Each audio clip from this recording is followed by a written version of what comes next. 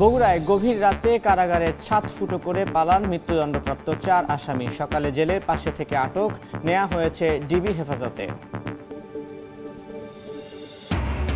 ঘুরে ফিরে মধ্যপ্রাচ্যে বন্দী দেশে শ্রমবাজার চাহিদার পরও ভিসা জটিলতায় নেওয়া যাচ্ছে না ইউরোপের সুযোগ। দীর্ঘমেয়াদী পরিকল্পনার তাগিদ, আশ্বাসে আটকে উদ্যোগ। পদ্মা সেতু চালু ২ বছরে বদলেছে দক্ষিণে কৃষি মৎস্য খাত। প্রত্যাশা অনুযায়ী গড়ে উঠছে না শিল্প প্রতিষ্ঠান। প্রশস্ত সড়ক ও গ্যাসের অভাবী কারণ, দাবি উদ্যোক্তাদের। নির্বাচনের আগে বিপাকে ট্রাম্প, গোপন নথি সরানোর মামলায় আরও তথ্য প্রমাণ প্রকাশ। FBI এর অর্থ কেলেঙ্কারি ইস্যুতে কিছু নিষেধাজ্ঞা শিথিল আদালতের।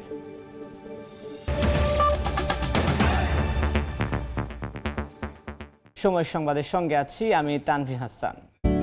বগুড়ায় জেলা কারাগারের ছাদ ফুটো করে পালিয়েছিলেন মৃত্যুদণ্ডপ্রাপ্ত ৪ আসামি। মঙ্গলবার গভীর রাতে এ ঘটনা ঘটে। পরে আজ সকালে কারাগারের আশপাশের এলাকা থেকে তাদের আটক করেছে পুলিশ। এ বিষয়ে বিস্তারিত জানাতে নিজ কার্যালয়ে সংবাদ সম্মেলন করছেন বগুড়া জেলা পুলিশ সুপার। সেখানে আছেন সহকর্মী আব্দুল আওয়াল। সরাসরি যাচ্ছি তার কাছে।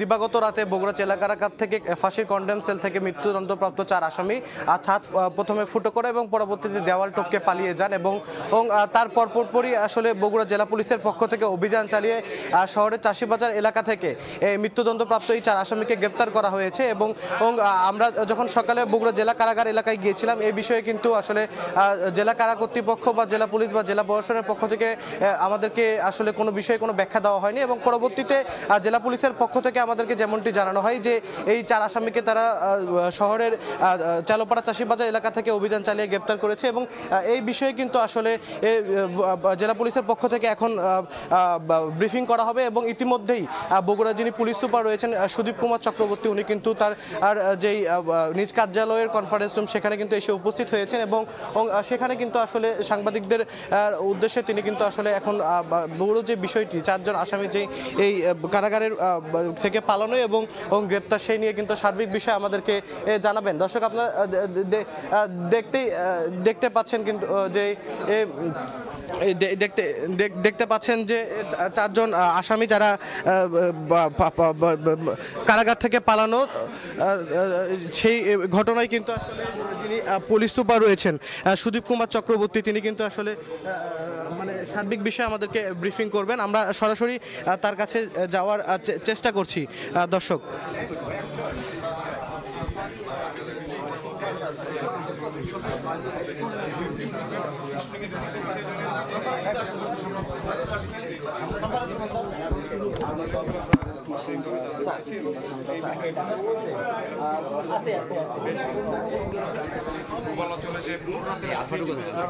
যিনি পুলিশ সুপার রয়েছেন বগুড়ার সুদীপ কুমার চক্রবর্তী, তিনি কিন্তু এখন এই বিষয়ে যেই ৪ জন ফাঁসি দণ্ডপ্রাপ্ত আসামি জেল থেকে পালিয়ে গিয়েছিলেন সেই বিষয়ে কিন্তু এখন বিস্তারিত গণমাধ্যমকে জানাবেন। এবং এখানে তার সাথে বগুড়ার যে অতিরিক্ত পুলিশ সুপাররা রয়েছেন তারাও কিন্তু ঘটনাস্থলে উপস্থিত আছেন, তারা কিন্তু বিষয়ে সার্বিক জানাবেন। এবং কিছুক্ষণের মধ্যে কিন্তু পুলিশ সুপার আসলে এই যেই ৪ জন ফাঁসির দণ্ডপ্রাপ্ত আসামি পালিয়েছিলেন সেই বিষয়ে আমাদেরকে জানাবেন। এবং এর মধ্যে দর্শক একটি তথ্য জানিয়ে রাখি, যে ৪ জন ফাঁসি দণ্ডপ্রাপ্ত আসামি পালিয়েছিলেন তাদের মধ্যে 2 জন কিন্তু বগুড়ার বাসিন্দা, একজন কাহালু এবং একজন সদর উপজেলার, এবং আরেকজন নরসিংদী জেলার বাসিন্দা এবং আরেকজন কুড়িগ্রাম জেলার বাসিন্দা। এবং এদের মধ্যে 3 জনেরই বয়স কিন্তু 40-এর আশেপাশে এবং বাকি একজন যিনি রয়েছেন তিনি কিন্তু 61 বছর বয়সী। এবং প্রাথমিকভাবে পুলিশের পক্ষ থেকে যেমনটি জানানো হয়েছে, জেলা কারাগার থেকে যখন তাদেরকে আসলে এই যে ফাঁসি দণ্ডপ্রাপ্ত ৪ আসামি এই পালানোর বিষয়ে জানানো হয় তারপর কিন্তু পুলিশের একাধিক টিম, বিশেষ করে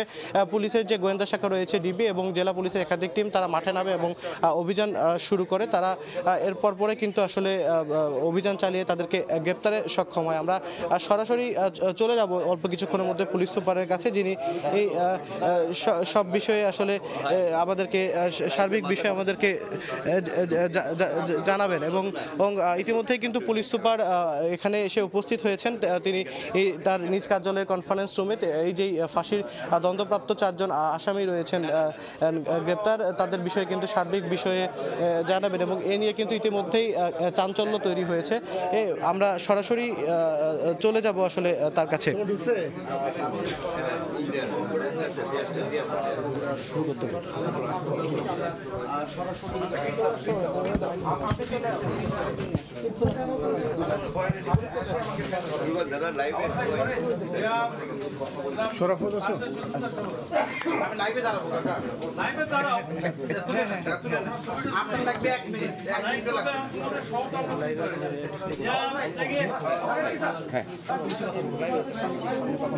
সুপ্রিয় সাংবাদিক বন্ধুগণ, আপনাদেরকে আজকের এই ব্রিফিংয়ে আমরা স্বাগত জানাচ্ছি। যে আপনারা নিশ্চয়ই এর মধ্যে অবগত হয়েছেন যে আমরা গতকাল রাত আনুমানিক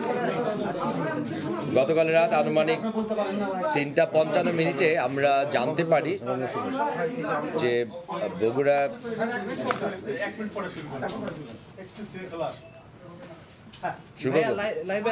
শুরু করবো। সুপ্রিয় সাংবাদিক বন্ধুগণ, আজকের বিশেষ আমাদের মিডিয়া ব্রিফিংয়ে আপনাদেরকে স্বাগত জানাচ্ছি। আমরা গতকাল রাত আনুমানিক 3:55 আমরা অবহিত হই জেল কর্তৃপক্ষের মাধ্যমে যে বগুড়া জেলা কারাগার হতে 4 জন মৃত্যু দণ্ডাদেশ প্রাপ্ত কয়েদি তারা জেল কারাগার থেকে তারা পলায়ন করেছে। এবং এই ঘটনাটি আমরা জানার পরপরই আমাদের অতিরিক্ত পুলিশ সুপার প্রশাসন অর্থ এবং অফিসার ইনচার্জ সদর থানা তাদেরকে এখানে নিয়োজিত করা হয় এবং তাদের সাথে এখানে আমাদের সদর থানা এবং সদর ফাঁড়ির যে আভিযানিক দলগুলো রাত্রিকালীন নৈশ প্রহরায় যারা ছিল তাদেরকে সর্বোচ্চ সতর্ক করা হয় এবং বগুড়া জেলা পুলিশের সকল ইউনিটে বেতার বার্তা প্রদান করা হয়।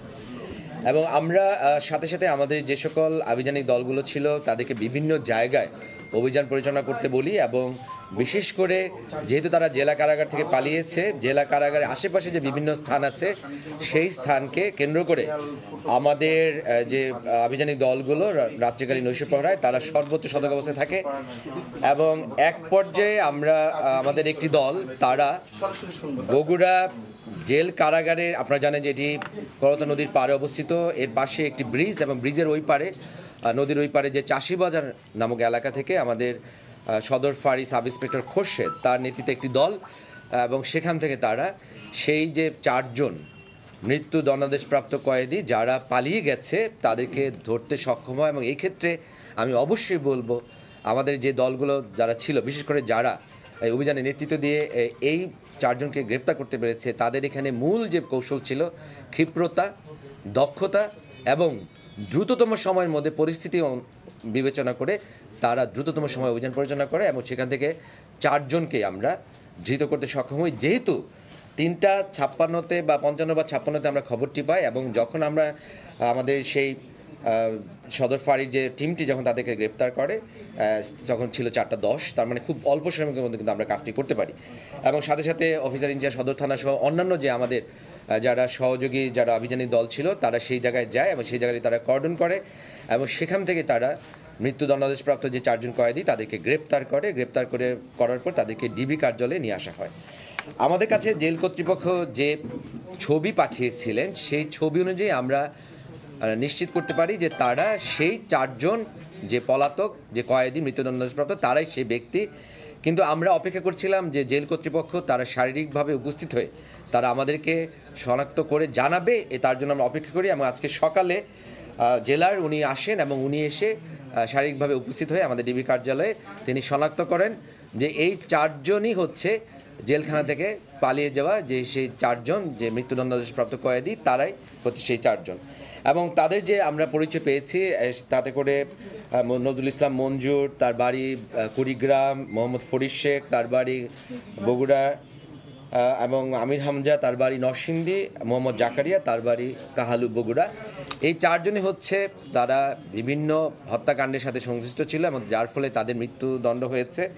এবং আমরা যেটি লক্ষ্য করেছি যে তারা অভিনব কৌশলে মূলত তারা তাদের যে বেডশিট ছিল সেগুলোকে তারা এক ধরনের সিঁড়ির মতো ব্যবহার করে তাদের যে প্রিজন সেলের যে ছাদের একটি প্রান্ত সেটি এক পাশে সেটিকে ফুটো করে তারা সেখান থেকে তারপর জেলখানার পাঁচিল টপকে তারা পালিয়ে যাওয়ার চেষ্টা করে। এবং পরবর্তীতে আমাদের যে পুলিশ দল তারা তাদেরকে গ্রেপ্তার করে। আমি মনে করি, এবং এই ক্ষেত্রে আমি বলতে পারি আপনাদেরকে, মাননীয় ইন্সপেক্টর জেনারেল মহোদয় তিনি কিন্তু এই খবরটি পাওয়ার পর থেকে তিনি আমাদের সার্বক্ষণিক আমাদের নির্দেশনা দিয়েছেন।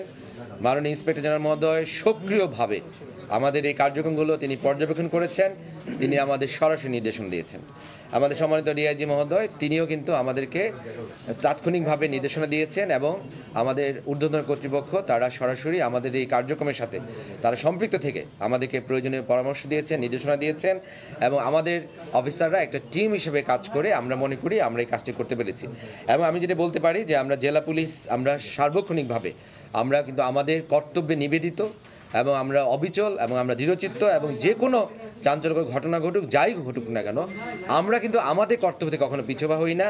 এবং আমি মনে করি আমাদের যে সকল অফিসার যারা এই রাতের বেলায় রাত 4টার সময় সেই সময় যারা এত একটি জরুরি পরিস্থিতি যারা মোকাবেলা করেছেন, যারা নিজেরা শারীরিকভাবে উপস্থিত হয়ে অভিযান পরিচালনার মাধ্যমে এই 4 জন পলাতক মৃত্যুদণ্ডাদেশপ্রাপ্ত কয়েদিকে গ্রেপ্তার করেছেন, তারা সত্যি তারা ধন্যবাদ পাওয়ার যোগ্য। এবং আমি বলতে চাই, এতক্ষণ সরাসরি যুক্ত ছিলাম বগুড়ায়। অন্য প্রসঙ্গ, সৌদি কেন্দ্রিক মধ্যপ্রাচ্যে ঘুরপাক খাচ্ছে বিদেশে বাংলাদেশের শ্রমবাজার। 1 দশকের বেশি সময়ে তৈরি হয়নি নতুন কোনো বাজার। উল্টো দক্ষ কর্মীর অভাব আর ভিসা জটিলতায় চাহিদা থাকা সত্ত্বেও হাতছাড়া হচ্ছে সার্বিয়া, মাল্টা, রোমানিয়া, পোল্যান্ড সহ ইউরোপের বিভিন্ন দেশে যাওয়ার সুযোগ, এমন অভিযোগ বাইরা মহাসচিবের। এই অবস্থায় শ্রম কূটনীতির জন্য দীর্ঘমেয়াদী পরিকল্পনার তাগিদ অর্থনীতিবিদদের। তবে প্রবাসী কল্যাণ ও বৈদেশিক কর্মসংস্থান প্রতিমন্ত্রীর দাবি, ধীরগতিতে হলেও কাজ চলছে। মার্জিয়া মুমুর রিপোর্ট। মধ্য এশিয়ার দেশ উজবেকিস্তান বাংলাদেশ থেকে 2022 সাল নাগাদ সর্বনিম্ন $400 থেকে $1200 বেতনে 1,500 দক্ষ কর্মী নেওয়ার কথা ছিল। প্রথম দফায় 2020 সালে চার্টার্ড ফ্লাইটে করে 239 জন কর্মী পাঠানো হয় দেশটিতে, কিন্তু দেখা যায় সেই সব কর্মী সংশ্লিষ্ট কাজে যথেষ্ট দক্ষ নন। এরপর বাংলাদেশ থেকে আর কোনো কর্মী নেয়নি দেশটি।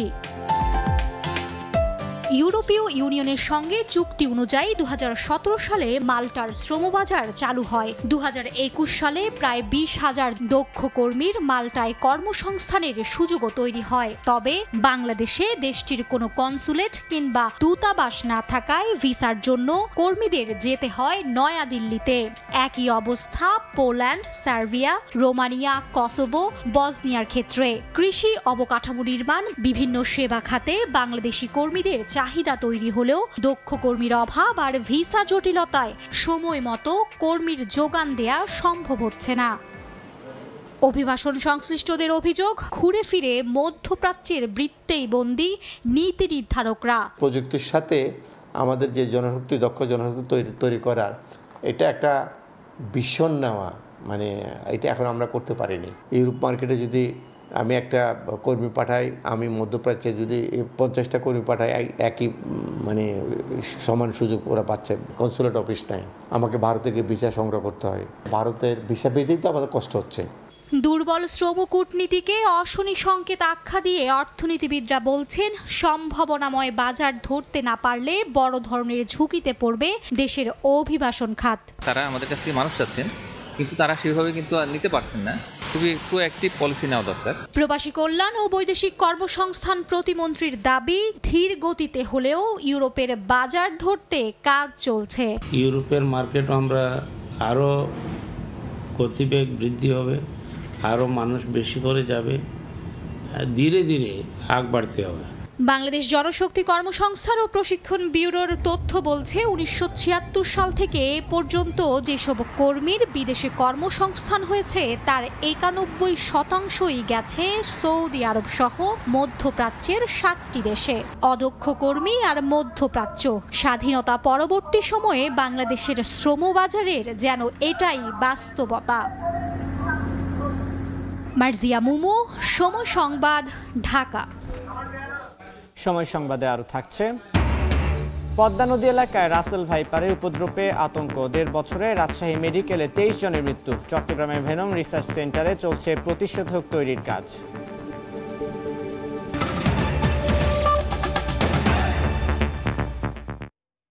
রাজধানীর অভিজাত এলাকার বাসা বাড়িতে মিলছে লার্ভা, অথচ মেলে না মশক নিধনের অনুমতি। এসব এলাকায় কীটনাশক ছিটানোই সিটি কর্পোরেশনের বড় চ্যালেঞ্জ। এদিকে দাবদাহের প্রভাব ও কর্তৃপক্ষের তৎপরতায় এবার ডেঙ্গু পরিস্থিতি কিছুটা নিয়ন্ত্রণে বলে জানান বিশেষজ্ঞরা। তবে এতে স্বস্তি না খুঁজে নগরবাসীকে সচেতন থাকার পাশাপাশি সিটি কর্পোরেশনকে বছরব্যাপী অভিযানের পরামর্শ তাদের। রাশেদ লিমনের রিপোর্ট। রাজধানীর গুলশান ২ ৩৫ নম্বর সড়ক ডিএনসিসির নিয়মিত মশক নিধন কর্মসূচিতে এই বাড়িতে অনুরোধ করেও মেলেনি লার্ভিসাইড ছেটানোর অনুমতি। পাশেই একটি নির্মাণাধীন ভবন, বেশ কিছুক্ষণ দাঁড়িয়ে থেকে মিলল ভেতরে যাবার অনুমতি। সদর দরজা দিয়ে ঢুকতেই একটি গর্তে কিলবিল করছে লার্ভা।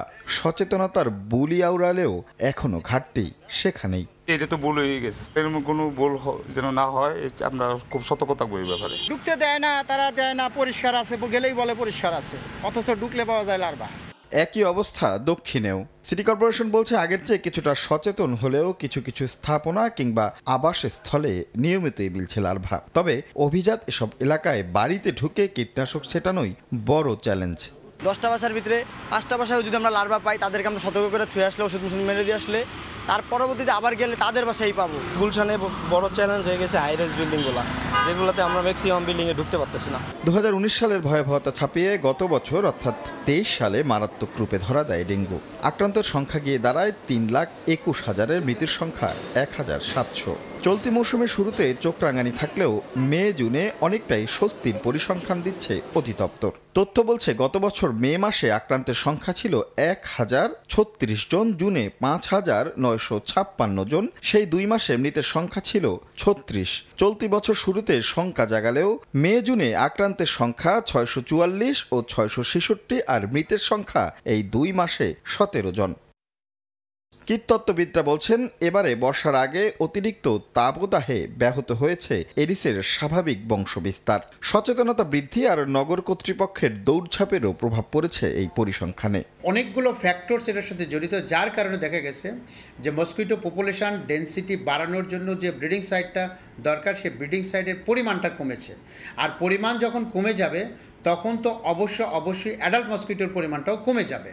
তবে জলবায়ুর পরিবর্তিত প্রভাবে এখনই স্বস্তির ঢেকুর না তুলে সারা বছর এডিস নিধন কার্যক্রম পরিচালনার পরামর্শ তাদের। এইটা আমাদের স্বস্তির কোনো বিষয় না। রাশেদ লিমন। পাহাড়ি ঢলে সিলেটের নদ নদীর পানি কমতে থাকায় সার্বিক বন্যা পরিস্থিতি উন্নতি হয়েছে। তবে কুশিয়ারা নদীর পানি ধীরগতিতে কমায় ফেঞ্চুগঞ্জ, ওসমানীনগর ও বালাগঞ্জে পরিস্থিতি স্থিতিশীল আছে। সে খবর জানাতে বালাগঞ্জ উপজেলায় আছেন সহকর্মী ইকরামুল কবির। সরাসরি যাচ্ছি তার কাছে।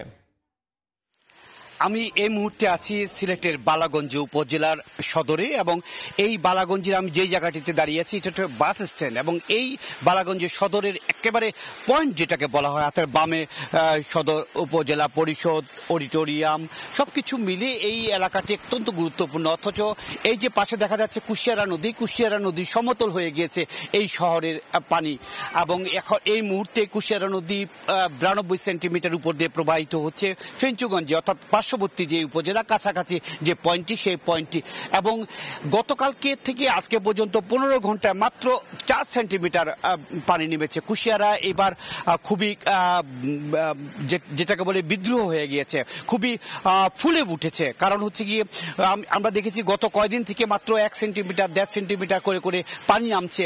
এই কারণেই এখনো অন্যান্য যেমন সুরমা নদী পানি এই মুহূর্তে সব কটি পয়েন্টে বিপদসীমার নিচে নেমে গিয়েছে, এবং কুশিয়ারা নদীর পানি অমলসিতে মাত্র 10 সেন্টিমিটার উপর দিয়ে প্রবাহিত হচ্ছে।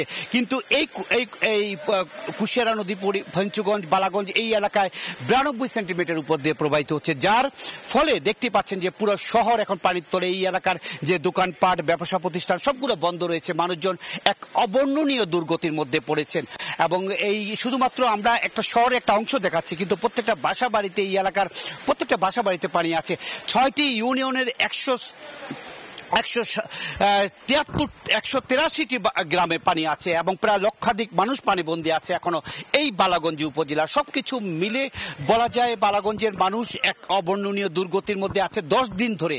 এই পানিটি কিন্তু 10 দিন আগে উঠেছিল, এই পানিটি কিন্তু এখনো নামছে না। মোটামুটি এই ছিল কুশিয়ারা নদীর পানি না নামায় বালাগঞ্জ এলাকার মানুষের যে দুর্গতি কমছে না তার সবশেষ খবর।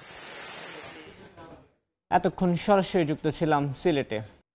পদ্মা সেতু চালু 2 বছর পূর্ণ হলো। দক্ষিণে কৃষি, মৎস্য ও পরিবহন খাতে ব্যাপক পরিবর্তন এনেছে এই সেতু। যোগাযোগের মাইল ফলকে ঘুরেছে অর্থনীতির চাকা। যদিও প্রত্যাশা অনুযায়ী শিল্প প্রতিষ্ঠান গড়ে উঠছে না। কারণ হিসেবে ভাঙা থেকে কুয়াকাটা পর্যন্ত মহাসড়ক প্রশস্ত না হওয়া, গ্যাস না থাকা এবং বিভিন্ন সরকারি দফতরের সমন্বয়হীনতাকে দুষছেন শিল্প উদ্যোক্তারা। সুজয় দাস ও সুমন হাসানের ছবিতে অপূর্ব রিপোর্ট। কৃষক আবুল হোসেন বরিশালের কাশীপুরে 150% জমিতে শাকসবজির চাষ করেন। 2 বছর আগেও তার সবজি ঢাকায় পাঠাতে 2 দিন লাগতো, পচে যেত কখনো কখনো। বাধ্য হয়ে কম দামে সবজি বিক্রি করতে হতো। তবে পদ্মা সেতু চালুর পর কমেছে সেই ভোগান্তি। আগে ওই লঞ্চে পাঠাইলো 1 টাকার ভাড়া 3 টাকা, আর ওই গাড়িও পাওয়া যেত না। পদ্মা সেতু হওয়ানে মনে করেন আমরা দিনাদিন মাল কাঁচা সবজি ঢাকা পাঠিয়ে দিই উদ্দেশ্যে। পদ্মা সেতু আর আগে হইতে আমরা সবজিতে দাম কম পাইছি। পদ্মা সেতু হওয়ার পরে আমরা মোটামুটি একটা দাম পাইতে আছি। মৎস্য ব্যবস্থাপনাতেও এসেছে আমূল পরিবর্তন। দেশের বিভিন্ন প্রান্তে বরিশালের ইলিশ সহ নানা প্রজাতির তাজা মাছ এখন মাত্র 3 থেকে 5 ঘন্টায় পৌঁছে যাচ্ছে রাজধানীতে। সেখান থেকে ছড়িয়ে পড়ছে দেশের বিভিন্ন প্রান্তে। আগে পৌঁছে যাইতে লেট হইতো, এই জন্য আনা পড়ছে না। অল্প পয়সায় মাছ ঢাকা পাঠাইতে পারতেছি এবং আমরা লাভবান আছি। স্বপ্নের মতো মাত্র 3 ঘন্টায় বরিশাল থেকে ঢাকা পৌঁছানোয় মহাসড়কে বেড়েছে যাত্রী চাপ, যা আগে লাগতো 8 থেকে 12 ঘন্টা। 200 ছাড়িয়ে এখন প্রায় 1,500 বাস দাপিয়ে বেড়াচ্ছে এ পথে। গাড়ির চাকায় ঘুরছে অর্থনীতির গতিপথ, যদিও ভাটা পড়েছে লঞ্চ ব্যবসায়। 3.5 ঘন্টায় যাওয়া যায় ঢাকা। আগে ফেরির আমলে মনে করেন 8 ঘন্টা 12 ঘন্টাও লাগতো। গাড়ি দাঁড়িয়ে থাকতো, মনে করেন আমাদের অনেক ভোগান্তি হতো, অনেক সময় লাগতো। এখন সেই সময়টা লাগতেছে না। পদ্মা সেতু হওয়ার পরে এখন কিন্তু প্রচুর পরিমাণ যত নামকরা বাস যেগুলো আছে, যেগুলো ব্র্যান্ডেড, ওগুলো কিন্তু এখন এই বরিশালে ইন করেছে, এগুলো চলছে। আর পণ্যখাতেও কিন্তু ব্যাপক গাড়ি বৃদ্ধি পেয়েছে। পদ্মা সেতুকে কাজে লাগাতে নতুন ব্যবসা প্রতিষ্ঠান গড়তে গার্মেন্টস সহ প্রায় 3 শতাধিক প্রতিষ্ঠান জমি কিনে রেখেছে মহাসড়কের পাশে। যদিও পদ্মা সেতু চালুর 2 বছর পেরোলেও এখনো কাঙ্ক্ষিত ব্যবসা প্রতিষ্ঠান গড়ে ওঠেনি। বিনিয়োগকারীরা বলছেন, ভোলার গ্যাস সংযোগ এখনো না দেয়া, চাহিদা অনুযায়ী পর্যাপ্ত লোন না পাওয়া, সরকারি বিভিন্ন দপ্তরের সমন্বয়হীনতায় বরিশাল বিমুখ ব্যবসায়ীরা। দক্ষিণ অঞ্চলে কোনো ইন্ডাস্ট্রি এবং কোনো ধরনের মাঝারি শিল্প, বড় শিল্প কোনো কিছুই গড়ে ওঠেনি। প্রশাসনিক এবং আমলাতান্ত্রিক জটিলতা, ব্যবসার যে প্রসার হওয়ার কথা ছিল সেই পরিমাণ এখন পর্যন্ত আমরা কাঙ্ক্ষিত সফলতা পাই নাই, কারণ আমাদের এখানে গ্যাস নাই। 2022 সালের 25শে জুন দুপুর 12টায় পদ্মা সেতুর উদ্বোধন করেন প্রধানমন্ত্রী শেখ হাসিনা। পরদিন সেতু খুলে দেওয়া হয় যান চলাচলের জন্য। প্রায় 30,193 কোটি টাকা ব্যয়ে নির্মিত 6.15 কিলোমিটার দীর্ঘ পদ্মা বহুমুখী সেতু রাজধানী ঢাকা সহ দক্ষিণ ও পশ্চিমাঞ্চলের 21 জেলার সড়ক ও রেল যোগাযোগ স্থাপনে ভূমিকা রেখেছে। রাজধানীর লালমাটিয়ায় গ্যাস লিকেজের খবরে অনুসন্ধান চালায় তিতাস। গ্যাসের তীব্র গন্ধে এলাকাবাসীর মধ্যে আতঙ্ক ছড়িয়ে পড়ে, কিন্তু কোনো লিকেজ খুঁজে পাওয়া যায়নি। মঙ্গলবার সন্ধ্যায় লালমাটিয়া বিবি মসজিদের সামনের রাস্তায় ম্যানহোলের নিচ থেকে তীব্র গ্যাস বের হতে থাকে। এতে স্থানীয়দের মধ্যে আতঙ্ক সৃষ্টি হয়। তাৎক্ষণিক 999-এ কল দিলে ঘটনাস্থলে তিতাস ও ফায়ার সার্ভিস কর্মীরা আসেন।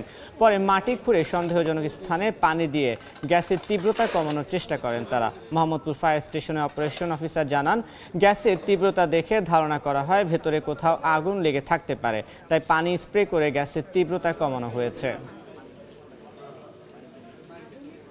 যুক্তরাষ্ট্রের অর্থ কেলেঙ্কারির মামলায় দোষী সাব্যস্ত হওয়া সাবেক মার্কিন প্রেসিডেন্ট ডোনাল্ড ট্রাম্পের উপর থেকে মামলা সংক্রান্ত কিছু নিষেধাজ্ঞা তুলে নিয়েছেন আদালত। মঙ্গলবার এক আদেশে এ তথ্য জানান বিচারক। বলেন, এখন থেকে পর্ন তারকাকে ঘুষ দেওয়ার মামলায় সাক্ষী ও বিচারকদের সম্পর্কে সমালোচনা করতে পারবেন ট্রাম্প। এদিকে রাষ্ট্রীয় গোপন নথি সরিয়ে নেওয়ার অপর এক মামলায় আরও কিছু তথ্য প্রমাণ জনসমক্ষে প্রকাশ করেছে FBI। নিউ ইয়র্ক থেকে হাসানুজ্জামান সাকির রিপোর্টে বিস্তারিত।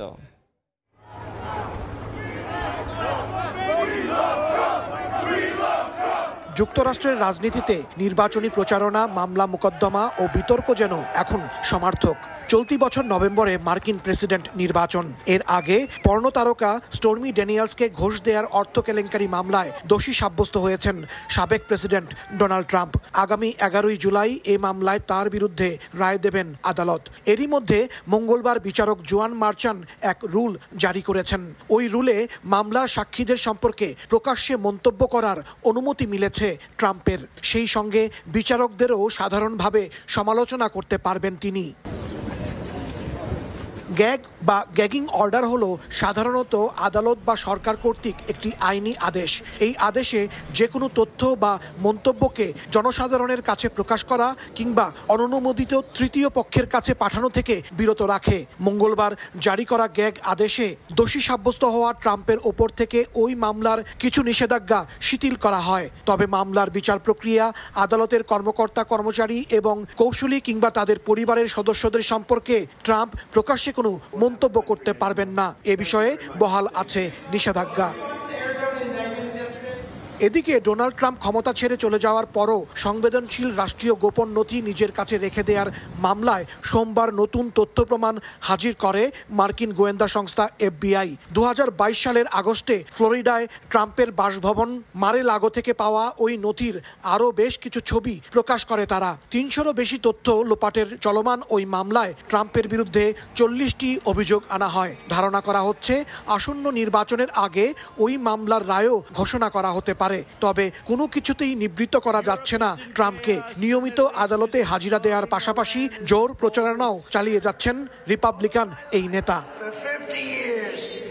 হাসানুজ্জামান সাকি, সময় সংবাদ, নিউ ইয়র্ক।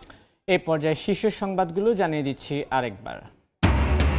বগুড়ায় গভীর রাতে কারাগারের ছাদ ফুটো করে পালান মৃত্যুদণ্ডপ্রাপ্ত 4 আসামি। সকালে জেলের পাশের এলাকা থেকে আটক নেওয়া হয়েছে ডিবি হেফাজতে। ঘুরে ফিরে মধ্যপ্রাচ্যে বন্দী দেশে শ্রমবাজার, চাহিদার পরও ভিসা জটিলতায় নেওয়া যাচ্ছে না ইউরোপের সুযোগ। দীর্ঘমেয়াদী পরিকল্পনার তাগিদ, আশ্বাসে আটকে উদ্যোগ।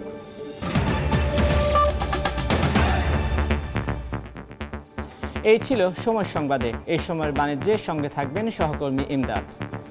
তানভীর, আপনাকে ধন্যবাদ। এই সময়ের বাণিজ্য নিয়ে ফিরছি কিছুক্ষণ পর, সঙ্গে থাকুন সময়।